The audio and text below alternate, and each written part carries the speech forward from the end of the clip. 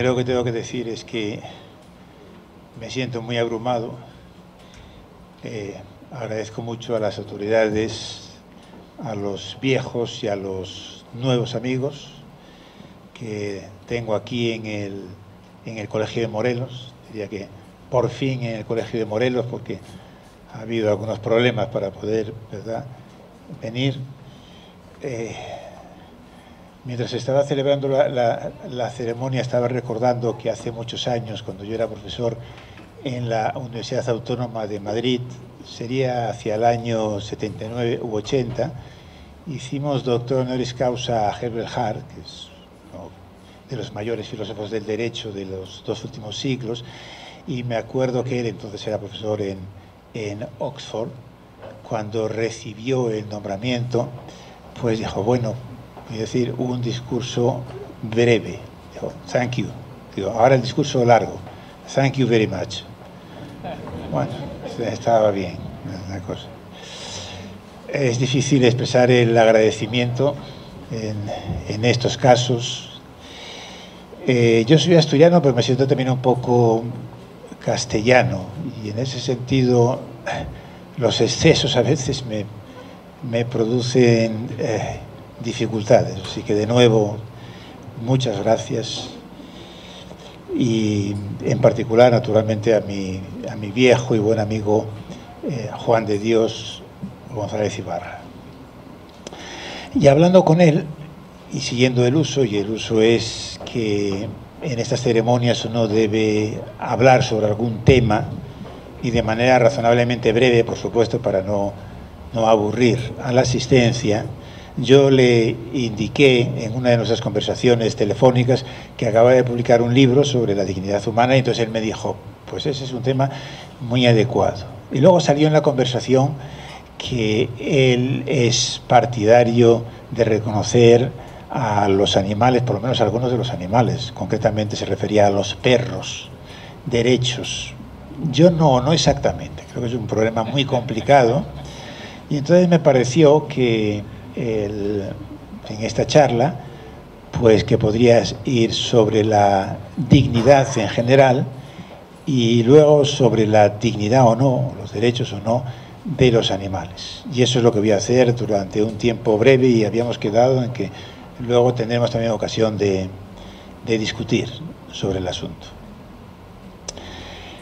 La dignidad humana es un concepto que ahora está muy presente entre nosotros. Por ejemplo, en todas nuestras constituciones, las constituciones relativamente recientes, no en las anteriores, aparecen muchas referencias a la dignidad humana. Se suele decir que es el fundamento de todos los derechos, y también en las declaraciones internacionales de derechos humanos, a partir de la Declaración Internacional de Naciones Unidas del 48, un poco en la Carta del 45 anterior, hay esa referencia a la dignidad humana. Y entonces esto puede dar la impresión de que siempre estuviera con nosotros como un concepto fundamental, el de dignidad humana, un concepto a propósito de los derechos y del derecho. Pero realmente no es así. Es algo muy reciente, por lo que hace a los documentos jurídicos. Verdaderamente esos documentos de Naciones Unidas, hubo alguna declaración latinoamericana que fue precursor de lo que luego fue la declaración. Y a mí me gusta repetir una frase de un autor alemán, von der Pforten, que dice algo que yo creo que está bien. Dice, la dignidad humana recuerda como a estos corredores que salen al último y van adelantando puestos y acaba el primero. Bueno, pues yo creo que ha pasado un poco así con la dignidad humana en relación con el resto de los valores. No estaba, y ahora la dignidad humana efectivamente está muy presente. Tan presente que yo creo que a veces nos excedemos. Luego discutiremos sobre esto. En mi opinión, hablar de dignidad, por ejemplo, de los ríos, o ahora recientemente en España del Mar Menor, pues yo creo que no tiene sentido. Naturalmente son buenas las intenciones, de lo que se trata es de preservar un espacio natural, pero de ahí a decir que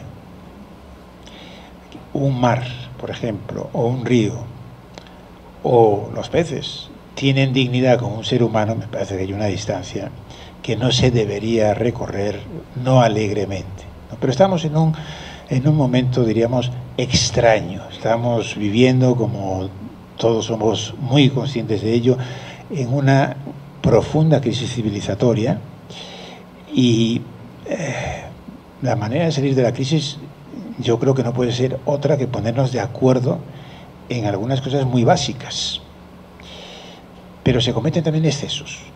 Y entonces yo creo que estamos en uno de estos momentos, y eso puede ocurrir también a propósito de la dignidad. Y de ahí entonces la necesidad, yo creo, de elaborar un concepto de dignidad que pueda ser satisfactorio para lo que tiene que servir. Yo creo que efectivamente, fundamentalmente, es para fundamentar los derechos humanos o fundamentales de las personas y conseguir que efectivamente no se queden únicamente en el papel, sino que efectivamente tengan una proyección práctica. Bueno, esto que les decía que es algo muy nuevo. Como todos los conceptos, sabemos, aquí no nos conocíamos, Nicanor Ursúa y yo, los filósofos, los que nos ocupamos de este tipo de cosas, pues que siempre se pueden rastrear antecedentes muy remotos. A veces en los libros sobre la dignidad, que curiosamente en los últimos años se han publicado unos cuantos, pero también era un concepto que no aparecía. Alguien ha escrito, con razón, Rosen, en uno de los mejores libros sobre el asunto, que si uno ojea algunas de las grandes enciclopedias de filosofía, ni siquiera aparece la voz dignidad humana. Por ejemplo, en el diccionario de Ferrater Mora no aparece la voz dignidad humana, ¿no? Y ahora, digamos, las cosas han cambiado. Y entonces uno puede tener la tentación, y se ha tenido, de buscar los orígenes muy atrás. Normalmente se suele volver la vista a Cicerón, a una de sus obras, Los Deberes, en donde él efectivamente habla de la dignidad de todos los seres humanos, a diferencia de los animales, por cierto, y él ve la dignidad, algo que tienen en común y que no tienen los animales, menos es un tópico clásico, pues la idea de la razón. A su vez sabemos que eso le viene de la inspiración estoica, que fue tan importante, ¿no?, en la obra de Cicerón. Pero claro, de ahí a pensar que lo que entendía Cicerón por dignidad humana es lo mismo que hoy entendemos, pues hay un largo trecho. No hace falta más que pensar pues que Cicerón, como prácticamente todos los romanos, tenía esclavos y naturalmente defendía la esclavitud. Entonces, cuando él hablaba de dignidad, del concepto de dignidad, pues no se estaba refiriendo a la igual dignidad de todos los seres humanos, que es la idea verdaderamente revolucionaria que aparece en la Declaración de la ONU y sucesivas. Y algo parecido podría decirse de los otros autores, ¿no?, que se ponen en el elenco de precursores de la noción contemporánea de dignidad.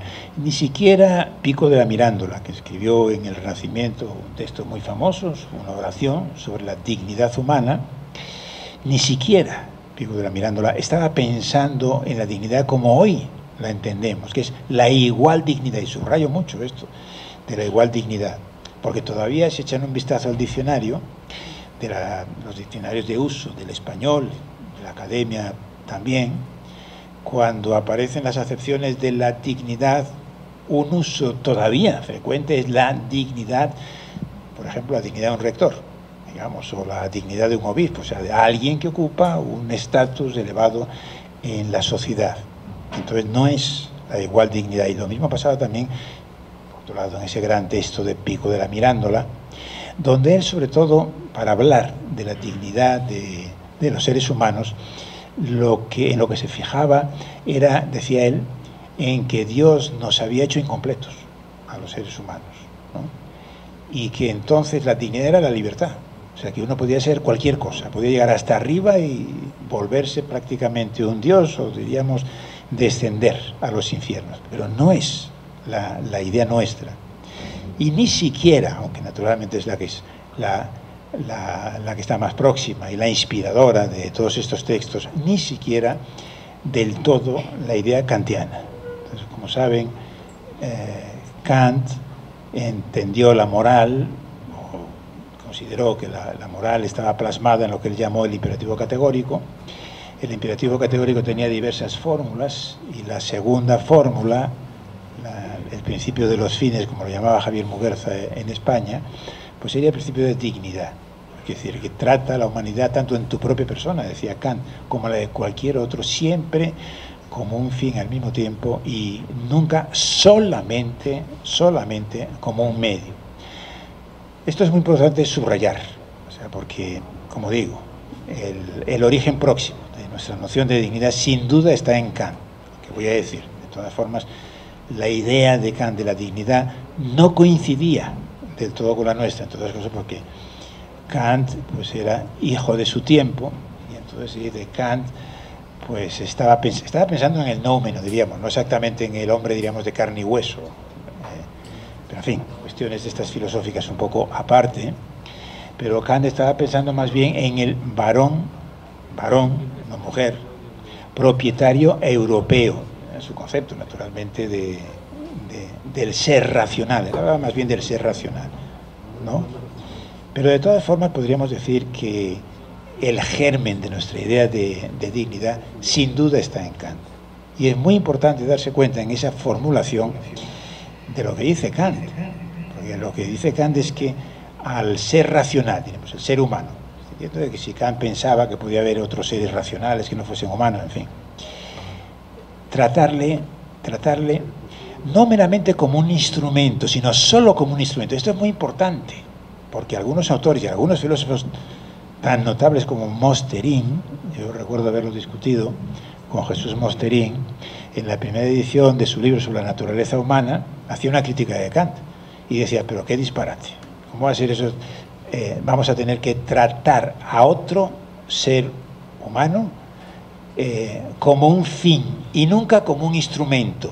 Claro, si lo leemos así, efectivamente, lo estamos leyendo mal. Y me acuerdo que Jesús Mosterin lo escribía ahí en su libro. Dice, pero vamos a ver, a cada rato, cuando era una época tecnológicamente anterior, cuando yo hablo, por ejemplo, con una telefonista y le pido algo, la estoy tratando como un instrumento para que me dé una información que necesito saber. Cuando voy a clase de ruso, que era otro ejemplo que ponía, también.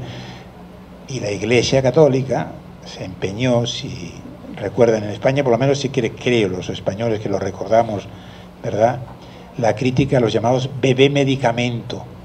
O sea, cuando existió la posibilidad de que se pudiese seleccionar los embriones de tal manera que una pareja tuviese un bebé con ciertas características que permitirían en el futuro un trasplante a un hermano, eso es lo que se estaba pensando, sin ningún riesgo para la salud del bebé, pero la Iglesia Católica se puso absolutamente en contra, porque dijo, eso va contra la dignidad del bebé, en este caso, porque se le está instrumentalizando, se le está tratando como un medio.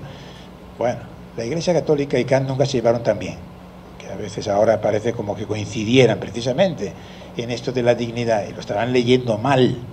Kant no dice que esté prohibido tratarnos entre nosotros como instrumentos, sino tratarnos exclusivamente como instrumentos. Lo que está esperando un profesor es que efectivamente los estudiantes le traten como un medio, un instrumento para aprender algo, y solamente estaría justificado decir, estás atentando contra mi dignidad, si efectivamente le tratase exclusivamente como un instrumento y no al mismo tiempo como un fin en sí mismo, que es lo que dice Kant. Bueno, esto es muy importante, porque ya digo, incluso a gentes tan relevantes, ¿verdad?, como Mosterin, pues en algún momento se le escapó esto. También tiene mucha repercusión a la hora de discutir muchísimas cuestiones que están en el centro, precisamente, de las polémicas en materia moral, y muchas tienen que ver con la bioética, como sabemos, ¿verdad? Por ejemplo, a propósito de la gestación por sustitución. En España no está exactamente prohibido, pero ese contrato es nulo de pleno derecho, y quiere decir que algunas parejas de españoles van a lugares donde sí está regulado y es posible, digamos, realizar un contrato de gestación por sustitución. Uno de ellos es California, en Estados Unidos, y otros algunos estados mexicanos. Y ha habido casos de esas parejas españolas que lo han hecho, se han regresado con su bebé a España, los padres, o a veces es solamente un padre o una madre, han querido inscribirle en el registro y el juez, ha habido algún caso que ha llegado al Tribunal Supremo, lo ha denegado, utilizando, en fin, una especie, digamos, de técnica jurídica que se llama orden público. Porque eso iría en contra del orden público español. ¿Qué quiere decir? Porque va contra algún principio fundamental del ordenamiento jurídico constitucional. ¿Cuál? La dignidad humana. Y entonces se dice, ese tipo de práctica, la gestación por sustitución, es necesariamente atentatoria de la dignidad humana. Y a mí me parece que lo que quiere decir, no necesariamente es atentatoria, puede serlo. Y entonces lo que habría que hacer, y lo hemos hecho en España, es una regulación estableciendo límites para impedir justamente esto. Bueno, por eso digo que entonces la cuestión de la dignidad está hoy en el centro de muchas de las cosas que discutimos. Muchas veces, por ejemplo, pues sin ir más lejos, lo del aborto, ¿no?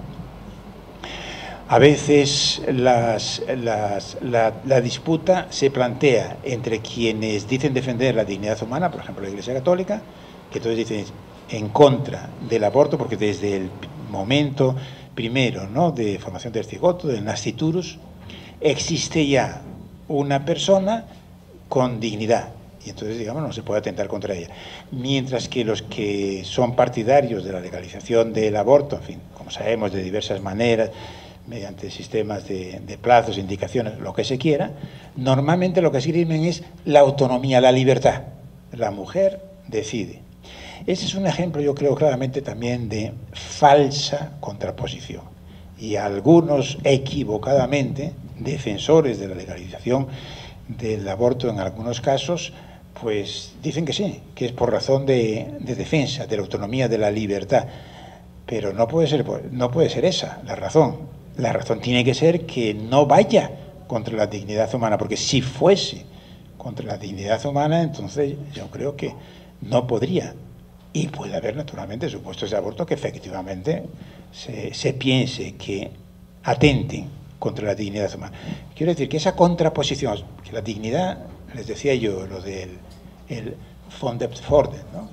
El corredor sale el último, llega el primero, pero al mismo tiempo no es un concepto para nada pacífico. Y en muchas de todas nuestras disputas lo que se está ahí poniendo en juego es precisamente esto. Hasta tal punto que algunos autores, Steven Pinker es uno de ellos, por así de los más conocidos, Mosterin también en España, lo mismo, dijeron, vamos a ver, olvidémonos del concepto de dignidad. Este Pinker escribió un artículo que tituló The Stupidity of Dignity, la estupidez de la dignidad, quiere decir, del concepto de dignidad, inmanejable. Nadie sabe lo que es, cada uno lo utiliza según sus propios intereses, tendencias ideológicas y todo lo demás. Y en lugar de la dignidad, tomemos el de autonomía, la libertad, porque eso sí sabemos qué quiere decir. Respetar los deseos y las preferencias de la gente. A mí me parece que ese es un gran error, un gran error. La dignidad bien entendida, que yo creo que esencialmente es a partir de la concepción kantiana, no es lo mismo que la autonomía entendida en su sentido liberal, diversas maneras de entender la autonomía. La dignidad no quiere decir sencillamente que uno pueda hacer lo que quiere y que haya que respetarle en las decisiones que quiera tomar. Este es el aspecto en el que algunos grupos feministas, por ejemplo en España, muy enemigos de la gestación por sustitución, y entonces dicen, no, por mucho que la mujer haya consentido, esa es una práctica que supone tratar a la mujer puramente, necesariamente como un instrumento y por lo tanto no se puede aceptar. A ver, tienen razón en el sentido de que naturalmente no basta con que la mujer en ese caso, o cualquier otro tipo de acuerdo, cualquier individuo puede decir, o podamos estar seguros, de que toma una decisión con pleno conocimiento y plenamente libre. De manera plenamente libre tú puedes atentar contra la dignidad de otro e incluso contra tu propia dignidad. Que eso es uno de los aspectos, yo creo, muy importantes que está en la definición de Kant y que luego voy a utilizar para decir que los animales, en sentido pleno por lo menos, no tienen dignidad. porque la idea de dignidad no solamente es un derecho, sino también es un deber, es una obligación que tenemos hacia los demás y también hacia nosotros mismos. O sea, que nosotros podemos tratarnos a nosotros mismos de manera indigna y, por supuesto, con plena voluntad, ¿no? Kant ponía un ejemplo, cuando decía el imperativo categórico, mostraba que había varias fórmulas, que decía él, son coincidentes y es preferible una u otra, pues dependiendo, digamos, de los intereses, de que resulte más aparente o cosas por el estilo. Y uno de los ejemplos que él ponía, como alguien que atentaba contra su dignidad y contra la dignidad humana, es que aquel individuo que, dotado de grandes capacidades, en lugar de ocuparse por desarrollarlas, se dedicaba, decía él, a la búsqueda sin más del placer. Eso para Kant, eso era un ejemplo de alguien, en general diríamos, alguien que no se trata a sí mismo, que no se desarrolla, como podría, según él, atentaría contra la dignidad. Bueno, esto un poco, diríamos, como presentación, para mostrar lo complejo, muy complejo, que yo creo que es verdaderamente la noción de dignidad humana. Yo creo, la verdad es que el haber escrito este libro sobre la dignidad humana tuvo fundamentalmente ese propósito de mostrar a los juristas y particularmente a los positivistas jurídicos. Creo que muchos de los que estamos aquí somos juristas, seguramente no todos, entonces, así en 2 minutos, digo, ¿qué quiere decir esto del positivismo jurídico? Es la concepción más usual del derecho en los últimos tiempos, ¿verdad?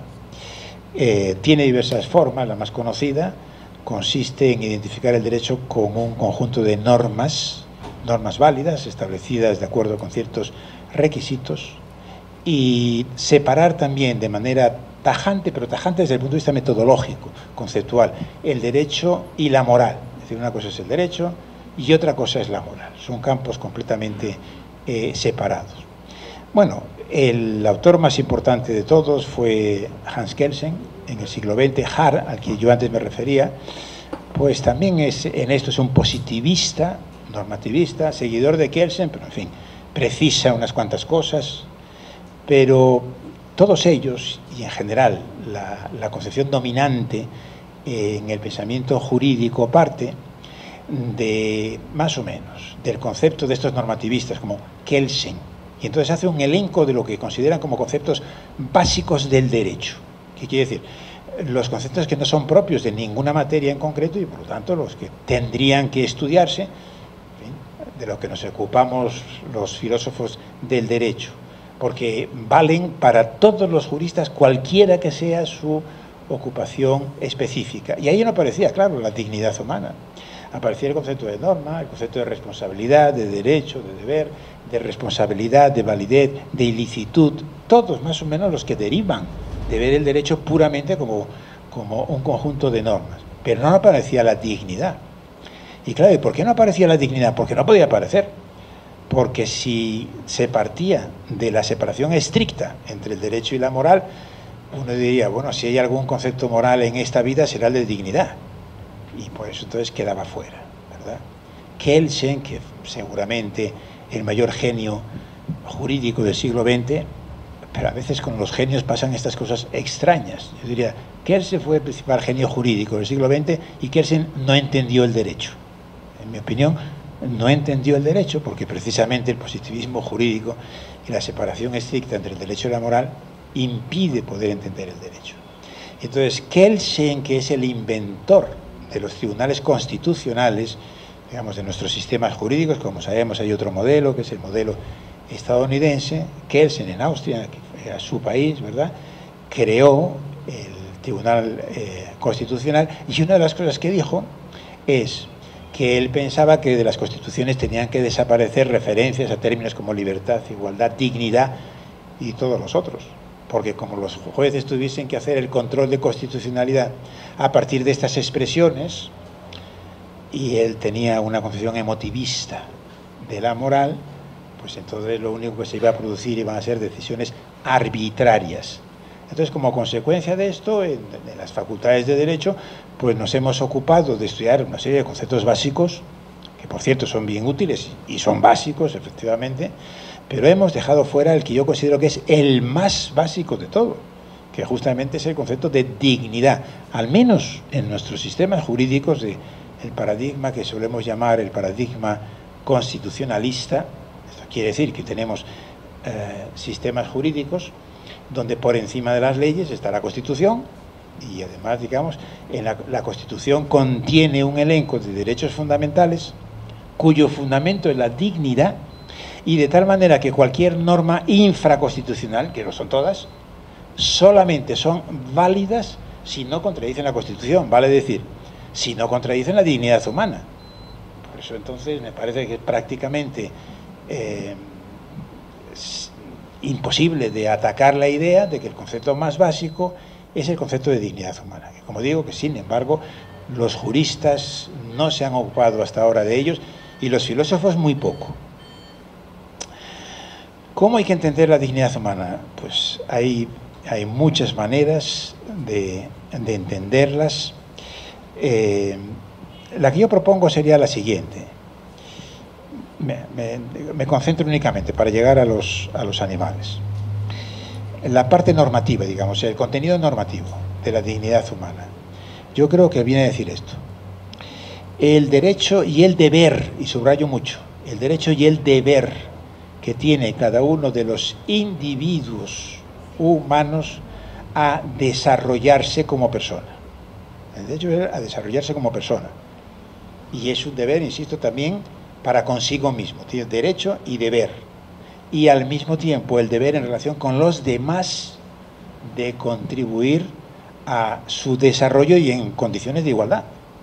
Digamos, más o menos lo que solemos entender por solidaridad estaría ahí, en la segunda parte. Claro, así entendido es un concepto muy exigente de dignidad. Diría que es, fíjense, digo, tan exigente porque incluye deberes hacia uno mismo que normalmente no consideramos que forman parte del derecho, y con buenas razones. Tienen que quedar fuera del derecho, son terreno, diríamos, únicamente de la moral. Y también estos deberes de solidaridad, de altruismo, que de nuevo son el territorio de la moral, pero en el que el derecho no debería entrar. ¿Por qué? Pues porque el derecho sencillamente no es lo mismo que la moral. El derecho tiene que hacer posible para los individuos que puedan vivir una vida digna, y para ello naturalmente tiene que poner ciertos límites. Antes se habló sobre el mínimo y el máximo, ¿no? El mínimo de moralidad que implica el derecho y todas estas cosas. Entonces el derecho no puede satisfacer plenamente las exigencias de la dignidad, pero cosa que yo creo que es muy importante, y sobre todo muy importante que los juristas digamos a los no juristas, pero si no existieran sistemas jurídicos no habría ninguna posibilidad. En las sociedades complejas en las que vivimos no habría ninguna posibilidad de que se pudiese desarrollar una vida moral por parte de la gente. O sea que estos son los límites, diríamos, y si se quiere, también la grandeza del derecho presidido por el concepto de dignidad humana. Yo diría que es el concepto verdaderamente supremo. Y ahora vamos a los animales. Una de las cuestiones de la dignidad, diríamos, es de quién se puede predicar dignidad. Y otra es qué consecuencias tiene el que nosotros prediquemos dignidad de determinadas entidades. O sea, esto es lo que a veces se llaman conceptos puente. Hay muchos conceptos que son así. Para analizarlos, tenemos que ver cuáles son las condiciones que tienen que darse para decir, por ejemplo, pues que tal entidad posee dignidad. Y al mismo tiempo, si posee dignidad, entonces ¿qué consecuencias tiene? Bueno, entre nosotros en la filosofía del derecho esto viene de un artículo famoso de un gran filósofo del derecho, Alros, que hizo este análisis referido al concepto de propiedad privada. Lo que viene a decir, bueno, propiedad se puede analizar en términos de qué tiene que ocurrir para decir que alguien es propietario. Y en segundo lugar, si eres propietario, ¿qué consecuencias jurídicas tiene? Eso pasa entonces con la dignidad. Entonces, uno de los aspectos es entonces este. ¿De qué entidades se puede predicar la dignidad? Y entonces aparece el problema de los animales, porque diríamos que sí que hay un consenso en que los seres humanos, por lo menos los seres humanos, diríamos, que han alcanzado cierto nivel de desarrollo o algo así, a nadie le plantea duda hoy no nos plantea duda.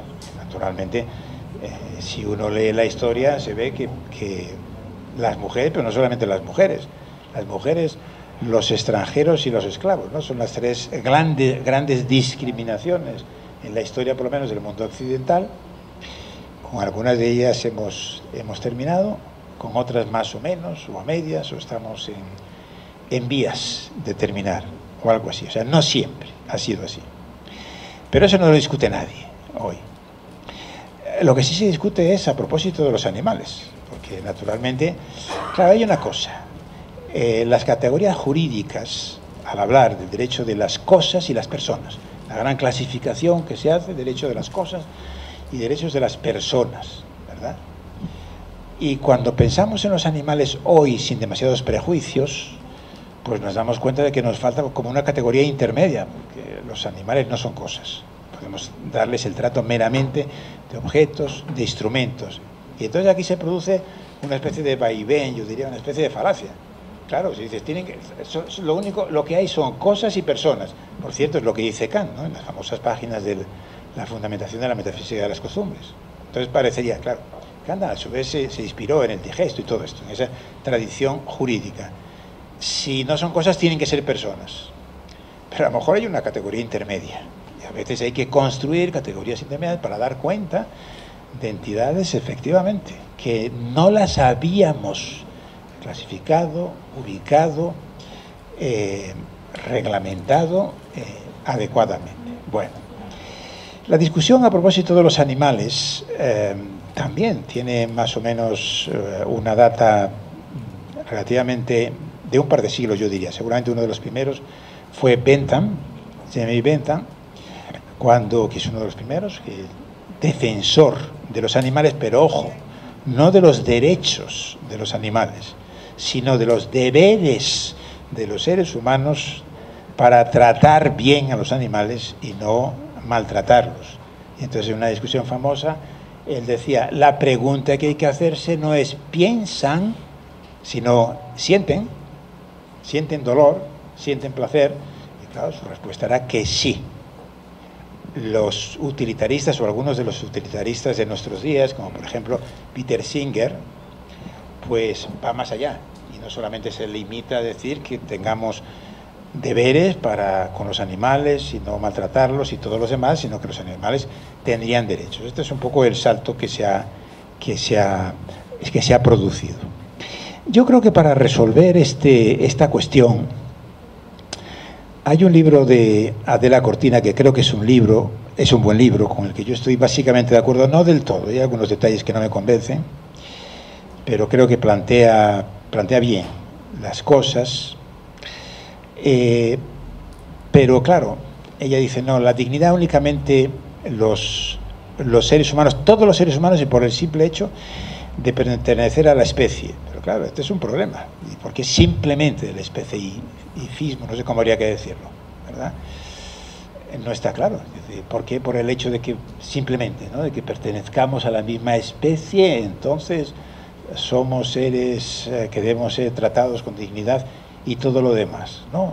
Y si no fuera así, no. Yo discutiendo esto a veces se me ocurrió aquella película, recordarán lo de E.T., ¿no? Bueno, naturalmente no pertenecía a nuestra especie, pero si surgiera, ¿verdad?, alguna entidad que no fuera Homo sapiens, pero que diríamos, pero tiene características muy parecidas a las nuestras, etcétera, etcétera, le negaríamos la dignidad. No está tan claro.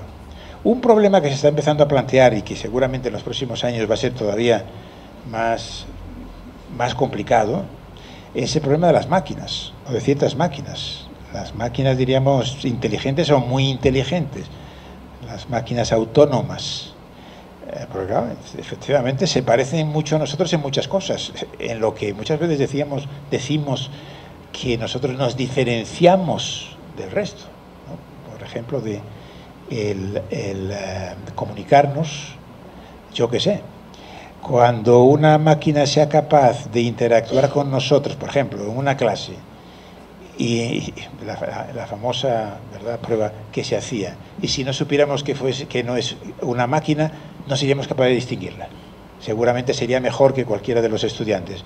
Y discutiría con nosotros, nos daría argumentos sobre cómo hay que pensar la ética o todo esto, etcétera. Bueno, ese es un problema que está ahí y que ya se está discutiendo, la dignidad.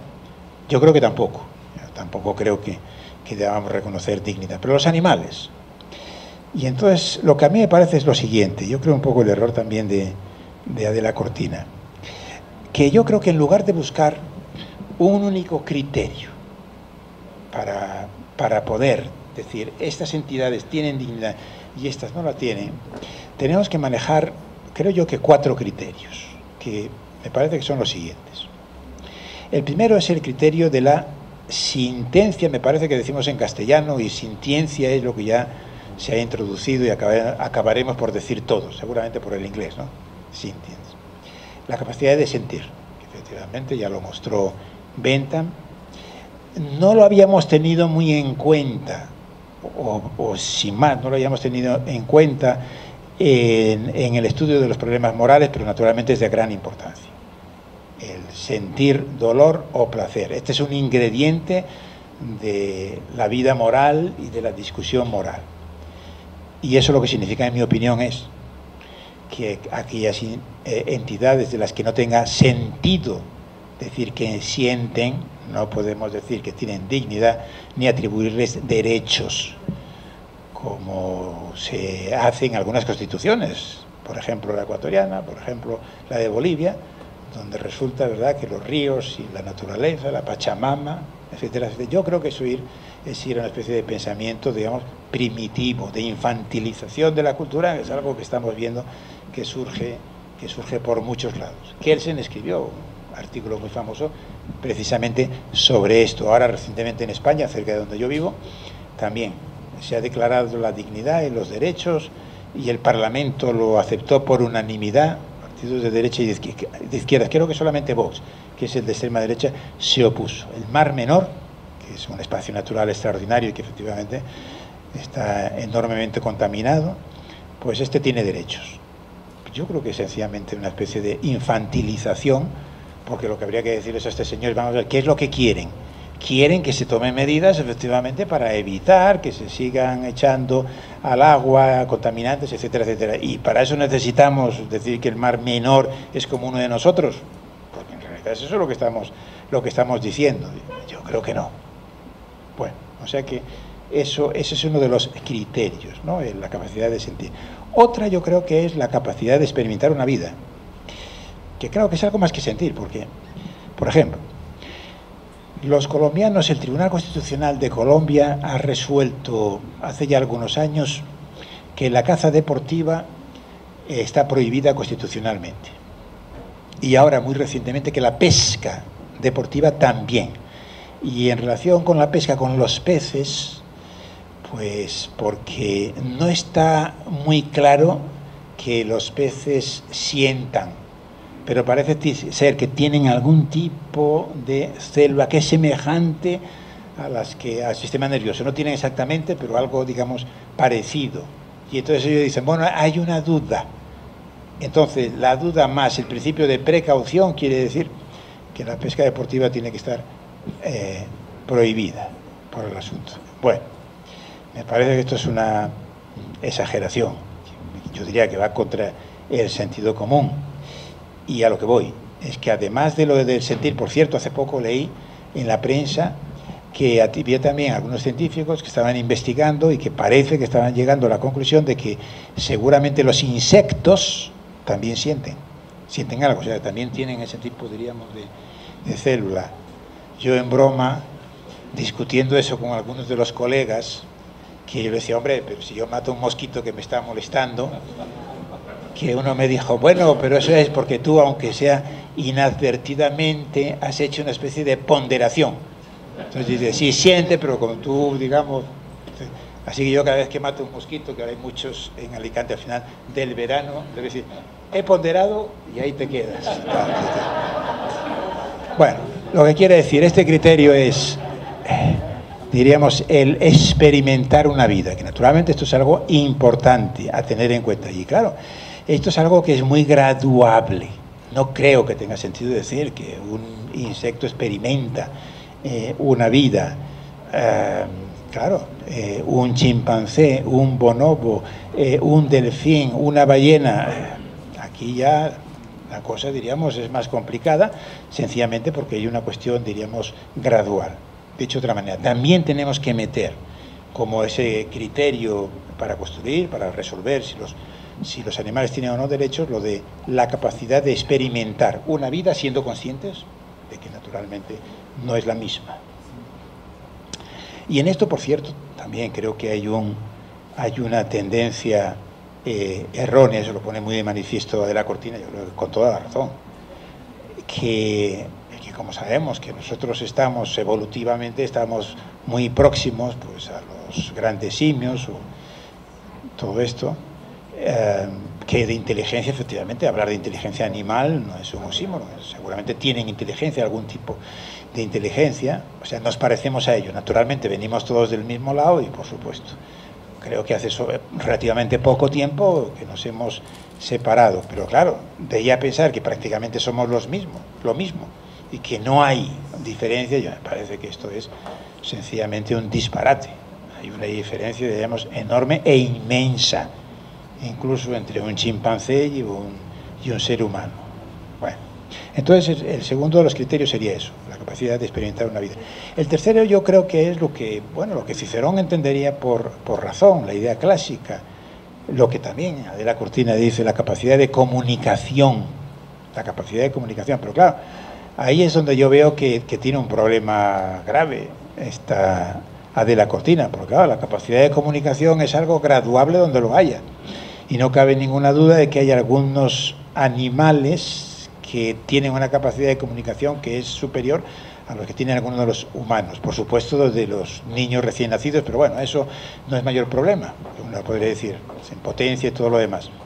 Pero claro, hay seres humanos, como sabemos, que están en una situación donde su capacidad intelectiva de entender, de comunicarse, etcétera, sería menor que lo de los animales. Entonces ahí, ese es otro de los criterios con los que tenemos que jugar, pero es gradual. Y el último, pues es la pertenencia a la especie, que yo diría que está justificado, que no es un privilegio injustificado. Yo creo que consideremos que efectivamente que nosotros estamos en un lugar especial en lo que es el proceso evolutivo, pues me parece que es así. Y claro, y a propósito de los derechos humanos, pues simplemente los únicos que podemos entender la idea de derechos humanos son los humanos, por supuesto, que podemos discutir sobre esto y muchísimas otras cosas, ¿no? Y entonces, como digo, creo que eso también es algo que debe tomarse en ese test más o menos complejo. Entonces, cuando tomamos eso, pues lo que resulta es que hay casos que son claros, que efectivamente decimos, tienen plena dignidad, son, digamos, los seres humanos. Claro, problemas de, por ejemplo, los que están en un estado de coma irreversible.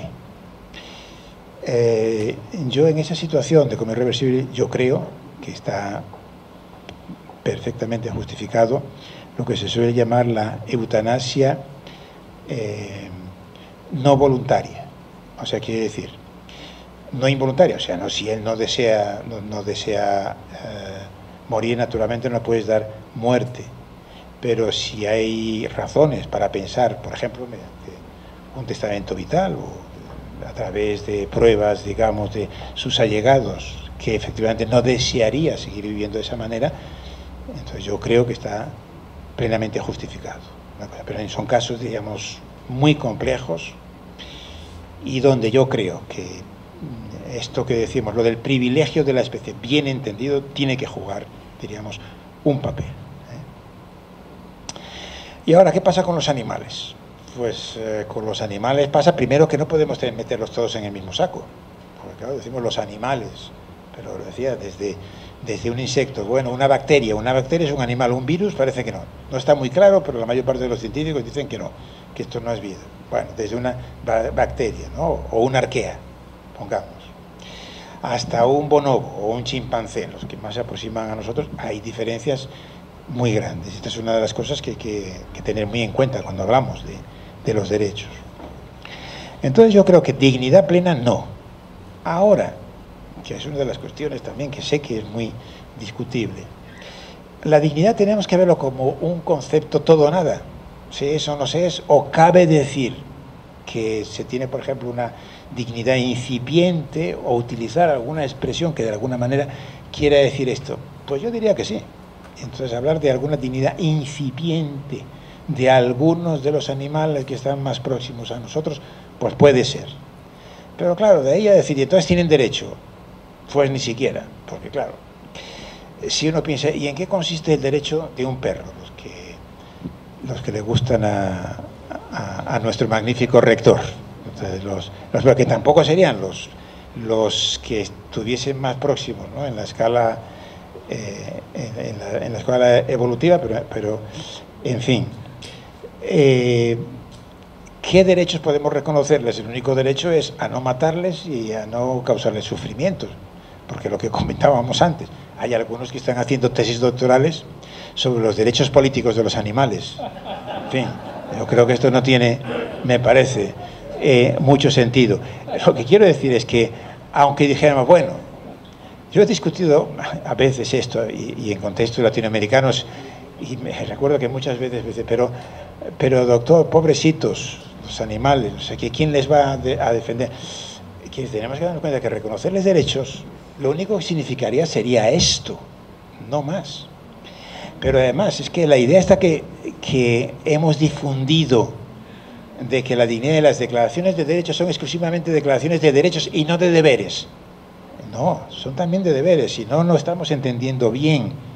Y claro, a los animales no podemos atribuirles deberes, por cierto, alguna vez lo hemos hecho, como sabemos, y se han condenado, ¿verdad?, a animales como causantes de la muerte, pero yo diría, este es un ejemplo de primitivismo, de concepción contraria a la razón, contraria a lo que sabemos, a lo que las ciencias, diríamos, nos dicen. O sea, que quiero decir que aunque pensáramos, porque en realidad sería esto, es decir, bueno, lo que sí hay es una necesidad de cambiar el trato hacia los animales y, diríamos, evitarles sufrimientos y todo lo demás. Que les atribuyéramos derechos tampoco van a cambiar las cosas prácticamente en nada, porque claro, también, que esto es una de las cosas que también Adela Cortina cree, que los derechos son absolutos. Ella leyó esto de Dworkin y lo de, ya saben, ¿no? Tener un derecho es como tener un triunfo, y entonces esto vale frente a cualquier otra cosa. Bueno, como los juristas sabemos muy bien, los derechos entran en conflicto y entonces hay que ver cuál puede más. Claro, si nosotros entramos en conflicto con derechos de los animales, ¿qué hacemos? Por ejemplo, todos sabemos que las investigaciones de laboratorio se hacen primero con animales y luego se hacen con seres humanos. ¿Qué haríamos? Bueno, puede ser. Por supuesto que haríamos no causar dolor innecesario a los animales, eso no cabe ninguna duda. Pero, ¿qué haríamos? Si nos ponemos en el mismo plano, hacemos un sorteo. Y entonces tenemos mezclados algún bonobo, un perro, un magnífico rector, un humilde profesor y cosas por el estilo. Y entonces creo que, en definitiva, me parece que hay un uso excesivamente emotivo del lenguaje, y creo que en el fondo eso no conduce a nada bueno. Me parece que es... Yo no tengo tampoco, insisto, creo que es un problema difícil. Yo tendría dificultades en aceptar algún tipo de derechos a algunos animales, pero dándose cuenta de que no significa lo que la gente cree, o mucha gente cree que significa, ¿no? Y sobre todo, que el objetivo que tratamos de lograr con ello, que es un objetivo completamente justificado, mejorar las condiciones de vida de los animales, pues yo no veo nada claro que la mejor manera de lograrlo sea atribuirles derechos, sino más bien establecer deberes, y deberes quiere decir concienciación de que efectivamente un animal no es una cosa. Creo que me he extendido demasiado, así que pido disculpas.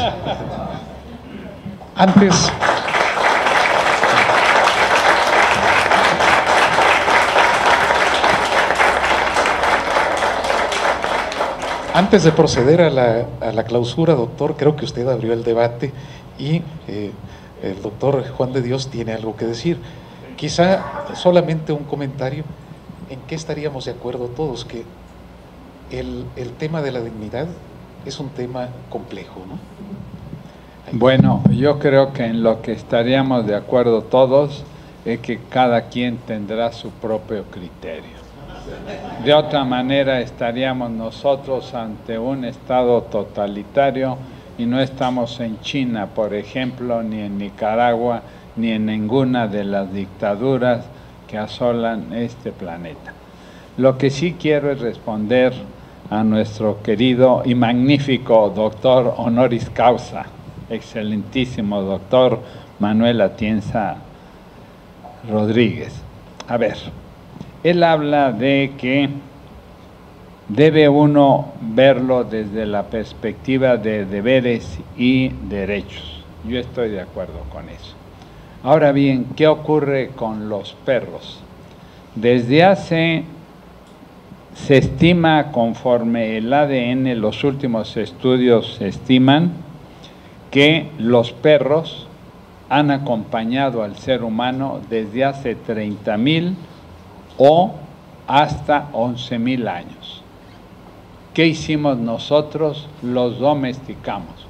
Les quitamos su capacidad de cazar, de defenderse, de poder ellos obtener su sustento, y hoy dependen totalmente de nosotros. Y los podemos ver de una manera lastimosa, buscando comida en los basureros de nosotros los animales humanos, porque primero debemos reconocer que ellos son animales no humanos y nosotros somos animales humanos, pero al fin somos animales tanto ellos como nosotros, indiscutiblemente. 2, tenemos entonces, ya que los hemos domesticado, el deber hacia ellos, el deber de alimentarlos, de cuidarlos, de proporcionarles veterinarios, etcétera. En virtud de que en este juego entre derechos y deberes, ellos, siendo libres, viniendo de los lobos, les quitamos la capacidad de su propia sobrevivencia y de su propio desarrollo. Luego entonces, en contra de lo que sostiene Adela Cortina, de ella en especial el libro que más me gusta es Ética sin moral, Para mí considero que de toda su obra es el mejor libro. Pero siguiendo a otros autores como MacIntyre, Tras la virtud, y otros grandes autores como Peter Singer, Tom Regan, Martha Nussbaum, yo considero que los perros tienen dignidad. ¿Y de dónde surge esa dignidad? Porque los perros se han integrado a nuestras familias. Los perros forman parte de nuestras familias y al formar parte de nuestras familias tienen dignidad que viene, reitero, precisamente de las familias. 2, los vivimos, los sentimos, los amamos como parte de nuestras familias todos, aquellos que hemos tenido un perro. Yo sospecho que Adela Cortina nunca ha tenido un perro, que nunca ha disfrutado del amor de un perro y que nunca le ha dado su amor a un perro. Pero bueno, pues cada quien es libre de dar su amor y de convivir con quien quiera.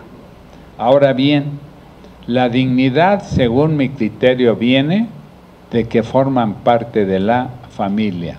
Luego es una dignidad familiar. es una dignidad que viene de que al final es un miembro de cada una de nuestras familias, y lo sabemos todos los que hemos tenido o tenemos perros. Primer punto. Segundo, tenemos el deber de protegerlos porque les quitamos su capacidad de sobrevivencia. Ahora dependen de nosotros. Luego, a todo deber corresponde un derecho. 3. También considero yo que tienen derechos morales. Y ahí estoy de acuerdo que mientras el derecho establece mínimos, la moral va hacia arriba y se prolonga. Y estoy de acuerdo con nuestro magnífico doctor honoris causa en términos de que el positivismo nos ha hecho mucho daño al separar el derecho de la moral. Totalmente de acuerdo. Pero en lo que no estoy de acuerdo es que los perros no tengan ni dignidad, ni derechos morales, ni tampoco derechos jurídicos. Es más, en México se han prohibido y penado las peleas de perros. Y en la Ciudad de México se ha prohibido las corridas de toros por atentatorias a la integridad de esos seres nobles que son los toros. También considero que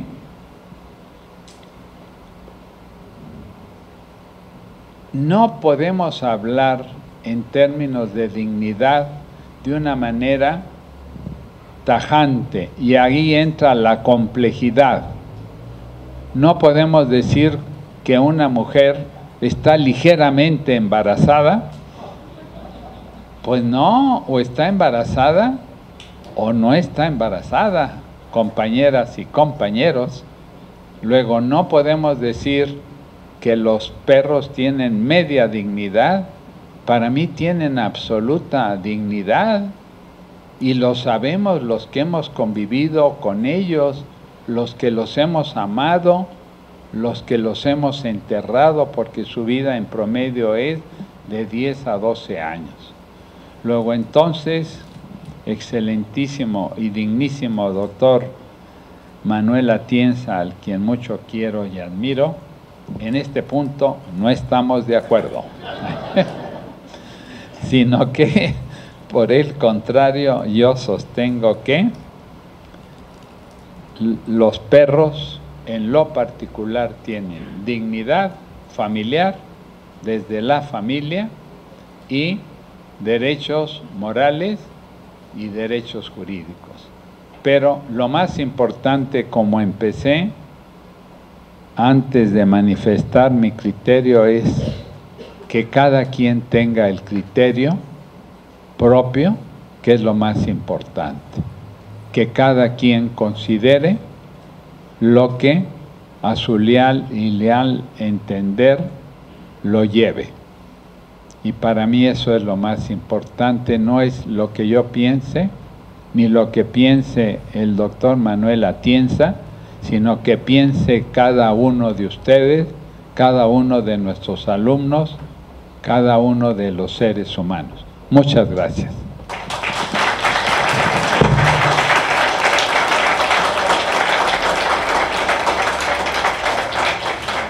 Evidentemente hay motivo de nuevos encuentros para continuar con el tema.